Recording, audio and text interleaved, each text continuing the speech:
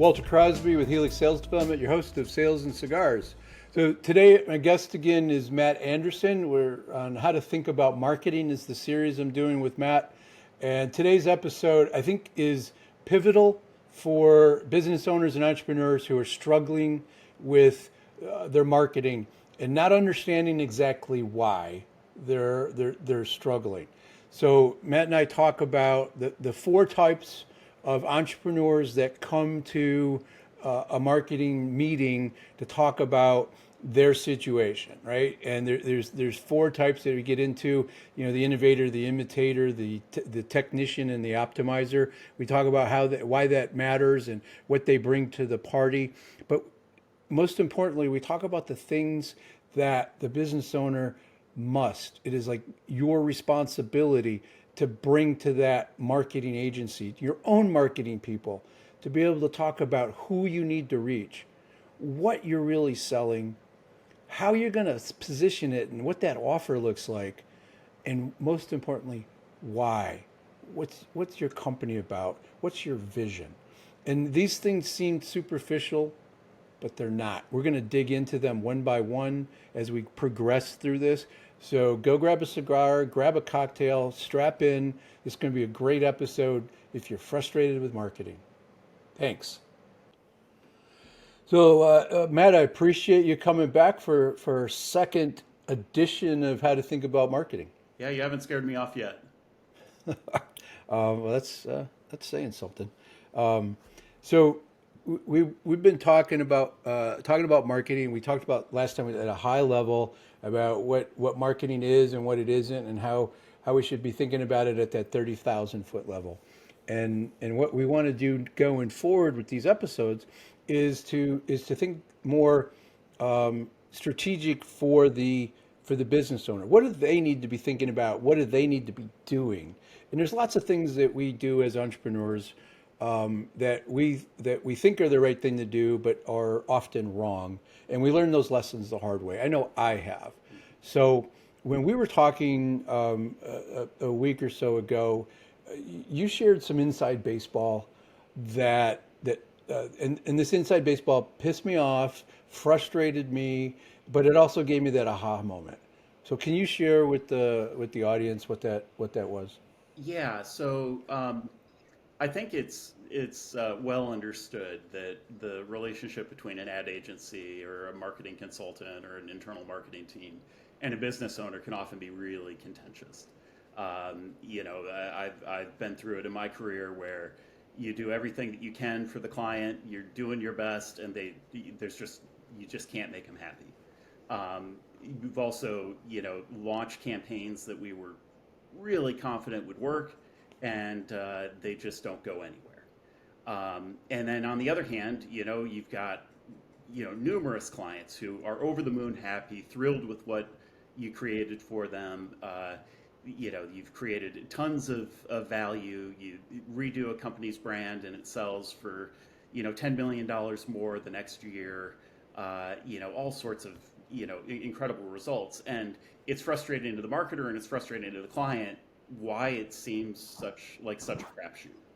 And what I told you last week was that in my experience, the biggest difference between marketing that thrills everyone and marketing that falls on its face isn't, the person in the agency working on the project. It isn't how creative they felt that morning. It isn't how much bourbon they consumed that afternoon. It's not, what side of the bed they got up on. The biggest difference, the single biggest factor in all of that throughout my career has been what the client brings to the table. And, I know it's kind of controversial and it might kind of seem like passing the buck to say, well, it's the client's fault. And often there are certainly cases where the agency doesn't do what it needs to do, but I'd say that in a lot of cases the clients don't hold up their end of the bargain, and Okay. there's So just a let's, couple of let's common themes. so Matt, can you kind of unpack what that issue is, or kind of help us understand what we need to do? Sure thing. There are really kind of four different types of clients that, uh, with the best of intentions, run into marketing and yet end up getting in their way. The first I'd call the innovator, right? What makes for a really talented entrepreneur is the ability to find a solution to a common problem that other people haven't discovered before, right? A lot of people will Okay. start a business or create a product because they are convinced that there's a better way to solve this problem. And that allows them to raise money, it allows them to bring a product to market. But the very thing that makes them a great product innovator often gets in the way of equipping their marketing team to be successful. What innovators do is they try to sell what they know the customer needs, and that's what they build their message around. And the problem is that they end up spending years trying to convince the customer that they're stupid and they should just see it their way, see the brilliance of the entrepreneur's solution. And what you need to do to be successful in marketing and sales is find a way to sell the customer what they want while giving them what they need. That's where a successful business comes from. So the second kind Got of it. troublesome client, I'd say, is what I would call the imitator. It's someone who's read 2 or 3 marketing books and is convinced that the story that's in those marketing books is the way to go. Like 10 years ago, when Made to Stick was really popular, for about a year and a half, I got clients who would say, I need a message that is clear and concrete and all the catchwords from that book. And yeah, you need a message that does those things, but that doesn't tell you what you need to say. And so you're optimizing around the wrong thing. The other kind of imitator is someone who's like, I've got this lawn care company and I really love what the Apple brand looks like, right? Yeah, Apple is a great, you know, brand to take lessons from, but it might not be appropriate to your audience, your market, your product, your service. And so, Mhm. you want to be rather careful in how you set your expectations and what you're asking for, because what you ask your agency for, they're going to give to you, right? It's not profitable to fight you. You want to give the client what they want, and even if it's not always to their greatest success. The third kind of troublesome client, I would say, is what I would call the optimizer. I've had a number of clients through the years who are engineers, scientists, operations folks, and they have made their career on being very precise, in being able to have control from the beginning to the end. And for folks like this, marketing is often really frustrating because it's imprecise.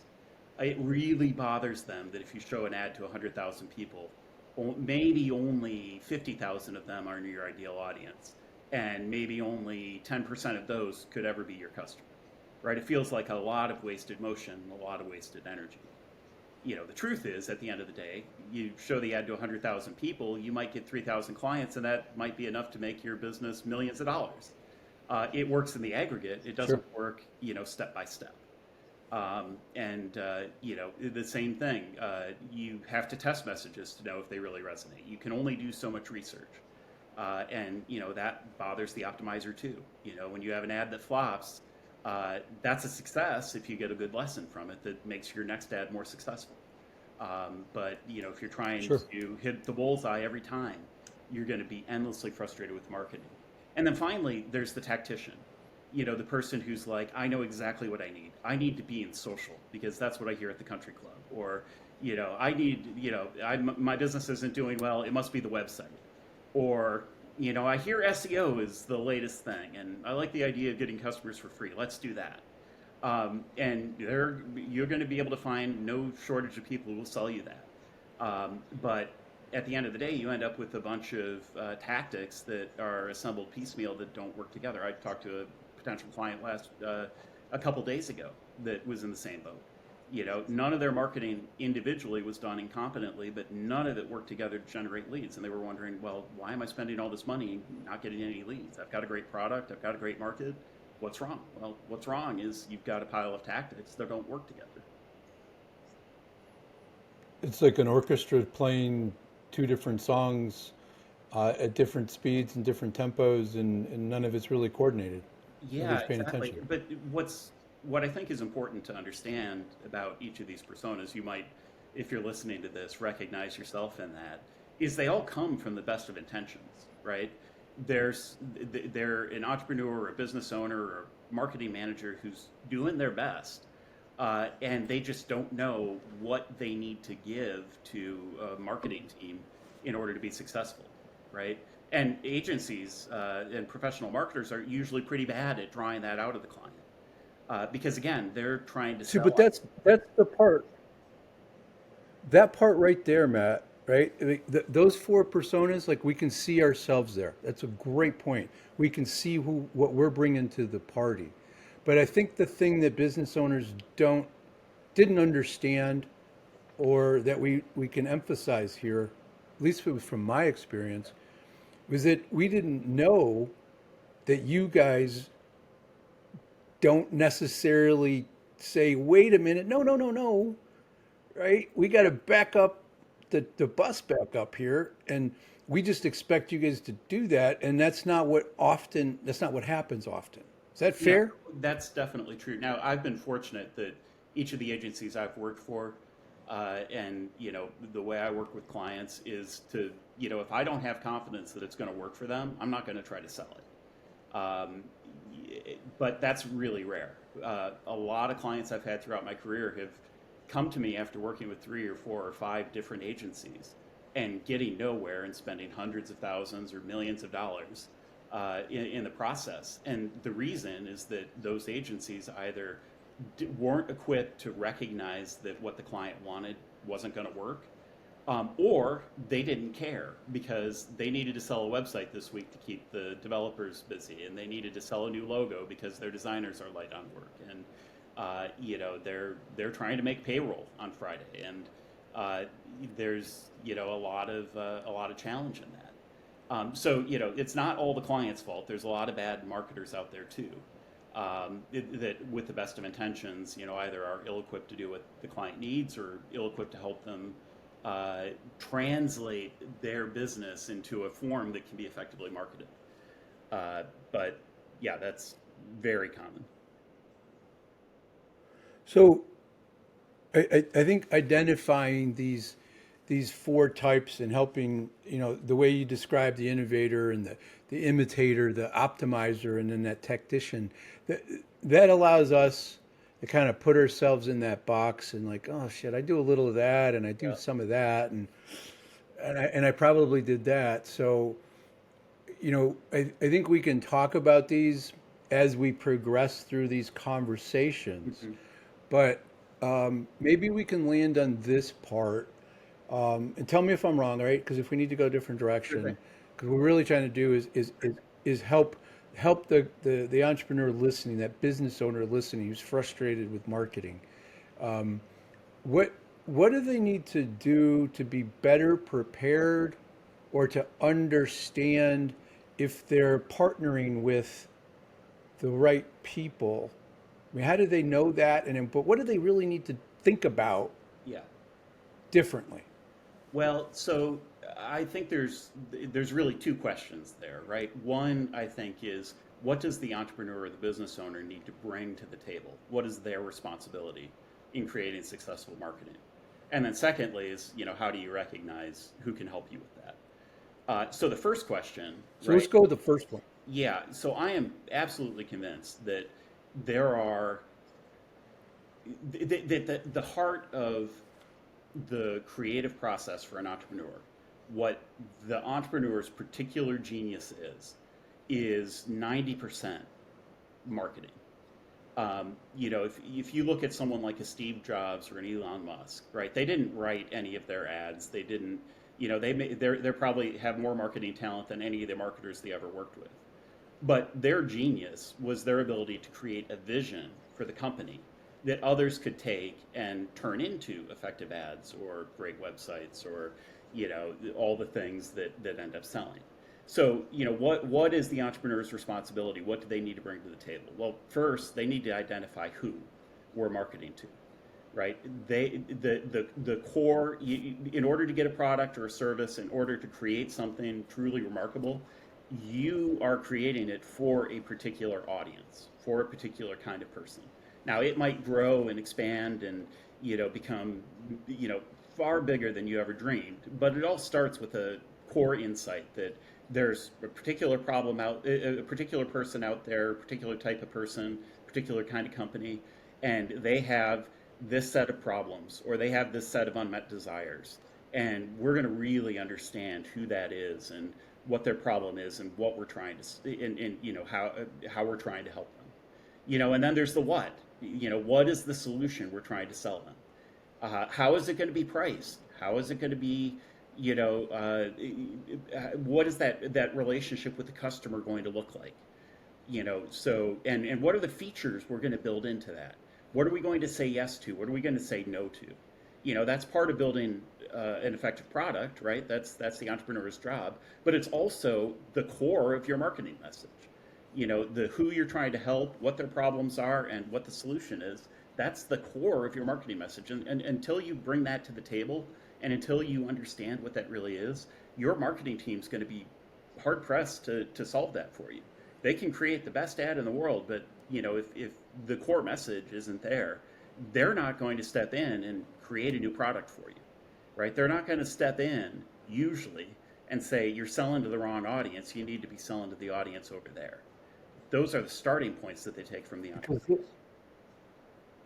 Because the marketing people don't know, they don't have the vision, and Right. it's our responsibility to bring that vision and break it down and be clear about that, like who that is, what it is we're delivering, what problems that solves, what what desires it fulfills, right? What depending Yep. upon which way you're going there, right? I mean, those are the things that we really need to do, and I think that those things, like defining who we are, and then thinking about what it is that we got to bring to the table, because what you're really doing there, correct me if I'm wrong, Hmm. but we're identifying the persona, the ideal client profile, the dot, like avatar, whatever, however, what language we want to use. If we don't give you that, you're just throwing darts into the ocean, Right. That's right. and And there's no and way to hit it. yeah, totally. And this is where some of the problems come in, right? Sometimes the entrepreneur is just wrong about who the customer is, and that's the innovator, right? They're trying to sell the customer what they need, not what they want. So that's why I usually want to make sure to talk to the sales team because they have more direct contact with the customer. I like to interview customers to get more to round out that information. But frankly, not that many agencies do it because it's the clients can't afford to pay them to do it. And so, ultimately that falls back on you. And so I'd encourage a little humility from the entrepreneur's perspective to, try to make sure that what you're saying is tested from what the customer's actually telling you, not what you wish the customer wanted, or, you know, trying to justify what you wanted to create, and there's not really a market for it. I think the Well, third, that's a really good point. No, there's a really good point there. I don't want to gloss over no, what we think it should be, and what what we want it to be.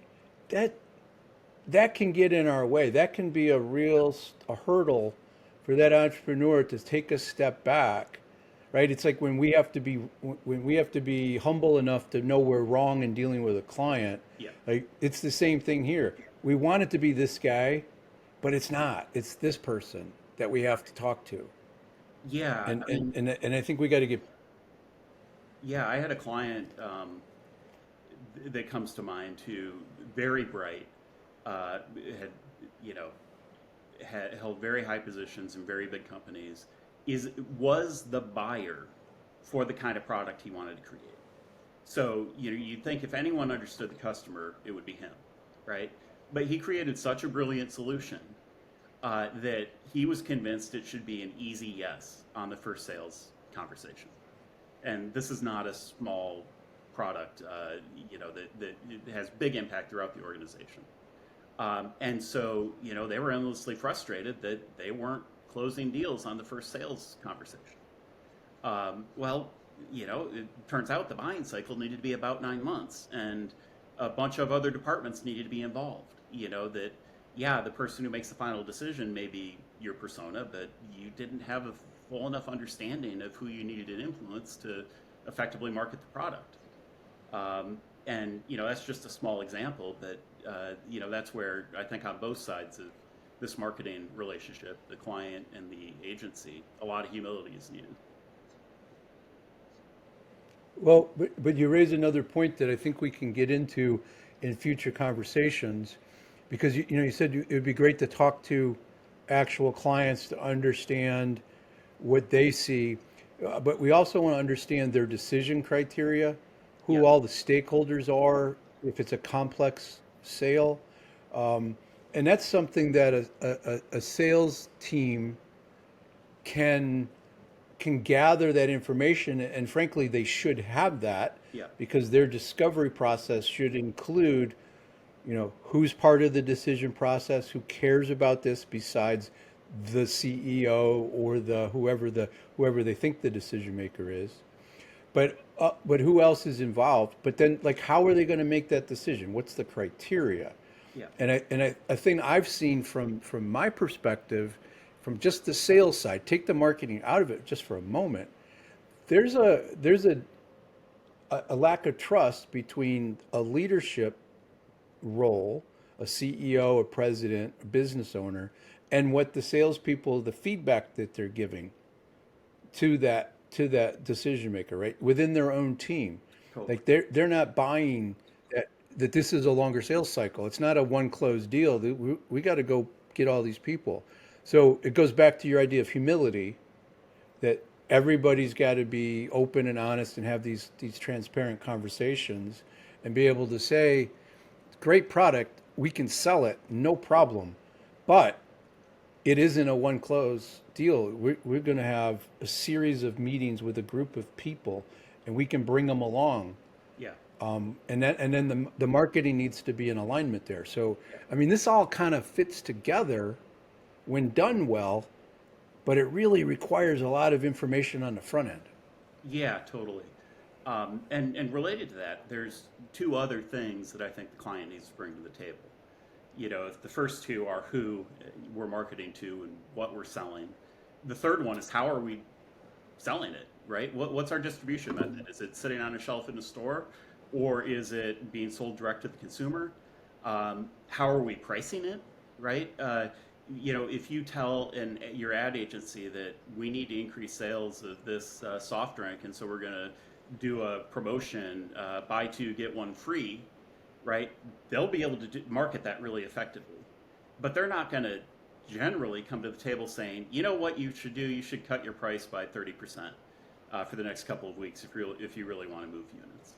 And if they're telling you that, you should probably be pretty suspicious, because they don't have enough knowledge about your business, likely, to be able to be in a position to make that recommendation, right? So you need to come to the table with Yep. offers, and if you haven't created an offer yet, you need to work with someone who can help you create those kind of offers and package your product to sell, and package it in a way that the business model makes sense. I've had Yep. several clients throughout the years whose business model just at the end of the day wouldn't work.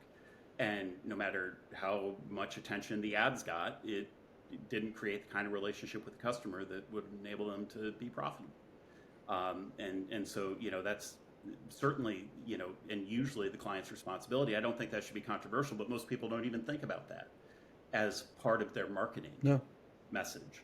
And then the last thing is the why, right? Phew. Your vision, your mission, your values, the heart of the company. That's where your brand personality needs to come from. That's where the tone of voice and the ethos needs to come from, right? A talented marketer can take that information and create a compelling brand character for you, and can write and do videos and shoot pictures and all of that, that will establish the kind of relationship you want to have with your customer. But if you're not clear on what that is, and you're just trying to figure out how I can move product today, you're going to end up with a bunch of marketing that year after year goes in various directions and doesn't add up to much. The most successful marketing, the most successful clients I've ever worked with, had a very clear vision on each of those four things, right? Why are we doing it? How are we doing it? What are we selling? And who are we selling it to? That's really the heart of your vision, and that's your responsibility.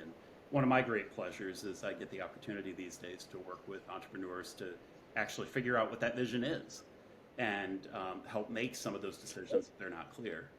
Usually, a lot of those decisions have already been made, they just haven't been expressed in a form that marketing people can work with it. And so, that's where like Yeah. the facilitation process you went through comes in. It's really a process of working with the But client if we, to clarify. so I mean, I think what, yeah, and what you've shared here today, the four types of entrepreneurs that come to this and start, I'm looking at it as the baggage we bring, Yeah, right? Is that innovator, imitator, right? That's baggage that we gotta clear out. But the who, the what, the why, the how, like all of that, if we come to that thinking something, your facilitation process is going to help pull that out, pull on a thread. It's like, well, that doesn't sound quite right. It doesn't lie in here, right? And then you can do it. But if we haven't done the work to talk about it and get that messaging right, the marketing's not going to work. But also for from a sales perspective, it's not going to work either because we need that story yeah, to be able to give to the salespeople to have them go out, right? That's another mistake business owners make is that they assume the salesperson's going to know what to say. The marketing people don't know, right? And you can't articulate your vision and the who, the what, and the how. The salespeople aren't going to figure it out either. So I think we'll dive into all these things as we progress through these conversations about how to think about marketing. But just those ideas that we've shared here today, I think sales business owners can start to think about it. Salespeople can start to think about it and make inquiries of the boss, of the CEO, and say, what are we thinking here? Is right. this offer really tied to something real? Yeah, totally. I think maybe if we're going to end on an encouraging note, the good news is that it's not that hard to get those things right.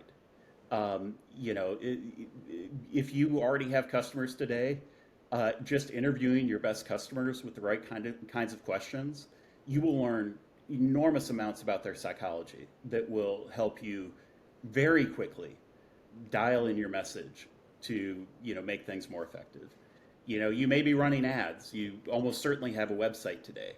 It may not need to be redesigned. I had a client last fall, a software startup that we didn't redesign their website, but we changed some of the words on it, and then we gave them a new sales presentation. And over the next 4 months, they tripled their number of qualified leads, and their lead quality went way up too. They started closing deals they never were able to close before. So when you get your message right, it can make a world of difference. A lot of the tactics that you're doing today become a lot more effective, and you start to see things working together. And once you have that kind of core message right, sales and marketing work together in much closer alignment. You find that your sales team is more successful. You find that the company is more motivated. Morale improves. People go to work actually knowing why they're there and the difference they're making in the lives of customers. Oh, I'm convinced that why is so important. it is. I'm convinced that Yeah, marketing, when the you get why it is so right, important. it is. It's the spiritual heart of the company. It's the thing that takes an animate object, a stale brand, and brings it to life, makes it a three-dimensional character, makes it the kind of person or the kind of character that people will go to war for, and will evangelize, with incredible word of mouth, and keep talking about and stay engaged with. Um, you know, these things that we talked about, very simple questions, right? Who, how, what, why, and especially that why, um, are the thing that, captivate people's emotions, capture their imagination. It taps into, fundamental truths when it's done well, that, can create So, a company that will outlive any of us. So I think that's a great place to pause. And then when we come back, we can start to unpack a couple of those at a time. The who and the why and the what and the how, like getting to some of those bigger questions. And I think if people start thinking about that and start thinking about what they've said to people and just asking like some of their customers, Yeah. why they do business, what about the company, what about, right? And make it more about the company rather than about the relationship. Yeah. They'll start to unpack that. Um, and this, I think this is going to be I mean, I knew it was going to be a great series just because of how your brain works, but I think there's some real practical stuff here that business owners can start to use with their existing teams just to tweak it, just to get a little bit better. And Yes. as they do this, Yeah, I mean, you know so from the facilitation you went through, I have a framework for kind of understanding what the customer psychology is. That might be something interesting to talk about next time. There are 6 questions that business owners almost never ask of their customers that are kind of the core of, they're probably 80 to 90% of what makes an effective ad or an effective website. And when you have the answers to those questions and you can draw them out of your customers, it's almost like getting them to write your marketing for you and to clarify your message for you. So I'll look forward to diving into that next time. awesome. So again, thank you. If people are like don't want to wait, they want to Yeah. reach out to Matt.